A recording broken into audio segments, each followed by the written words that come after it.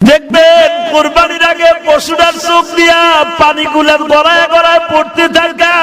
ও কি বলে জানি ইমাম থানভী আজকে তাফসীরে আমি দেখলাম ইমাম থানভী বলে গড়ায় গড়ায় পানি ছেড়ে দিয়া বলে, মালিক আমার মতো সৌভাগ্যবান আর কে আছে?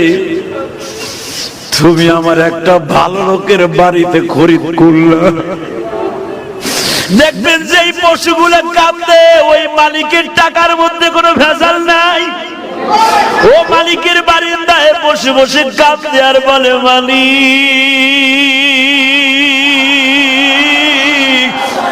আমার ভাষা তুলি আর কেউ বুঝে না, তুমি বুঝাও। দেখবা কোরবানির একদিন আগে ওর মুখে কোনো খাবার দেয় না, যত দামি দামি খাবার দাও না কিন্তু খায় না, খোল ভুসি দাও খায় না, তাজা ঘাস দাও খায় না। এই জন্য বিশ্ব নবী বলে কোরবানির আগের থেকে তোমরা খাবার দিবা না, কারণ ওর দপ্তরে আল্লাহর সাথে একটা দোস্তি হয়ে যায়, ওর তখন খাবার দেওয়ার দরকার নাই। ওর খাবারগুলো খাওয়াইলে তুমি ধুইতে কষ্ট হবে। আমি নবী বললাম ওরে একদিন রাতের আগে থেকে খাবারটা বন্ধ করে দিও। ও বলে মালিকের কাছে বলে, মালিক আর দুনিয়ার খাবার আমার জন্য নাই, আমি তোমার জান্নাতে দিয়ে খাইতে চাই, কিন্তু আমার কাছে একটা ওয়াদা দিবানি গো মালিক, আমারে যেই টাকা দিয়ে তোমার এই পাগল কিনেছে এই টাকার মধ্যে যদি ভেজাল থাকে ওর বিচার তোমার আদালতে দিলাম গো আল্লাহ।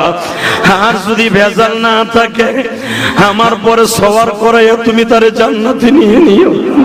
আল্লাহ বলবে না, তোর পরে সওয়ার করাইতে হবে না, আমি ওরে দুম্বার উপর সওয়ার করাবো। আল্লাহু আকবার বলো। কারণ আমার নবীর উম্মত, আমার নবীর কোন উম্মতকে তার পশুর উপরে সওয়ার করাবো না, আমি ওর সওয়ার করাবো দুম্বার উপরে। আমি তোরে রাহবার বানাবো, তোর দোয়াটা কবুল হইল। মনে রাখবেন কেন ইব্রাহিম আলাইহিস সালাতু ওয়াস সালামের সুন্নাতিটা, ইব্রাহিম আলাইহিস সালাতু ওয়াস সালাম গত জুমায় বলেছিলাম, মনে আছে কিনা জানি না, 12 বছর বয়সে ইব্রাহিম সেই জেরুজালেম থেকে বাজার ফিলিস্তিন থেকে খাজানায়ে মারব জেলা থেকে ইব্রাহিম আলাইহিস সালাতু ওয়াস সালাম আসতেছে। বাবা আজকে কিন্তু ভালোভাবে আসতেছে না, মাজার মধ্যে প্রায় 60 হাত লম্বা একটা রশি, ইব্রাহিম আলাইহিস সালাতু ওয়াস সালামের কলিজার টুকরা সন্তান ইসমাইলের বয়স তখন 12 থেকে 13, এর মাঝখানে কিন্তু ইসমাইলকে মনে হয়তো 19 বছরের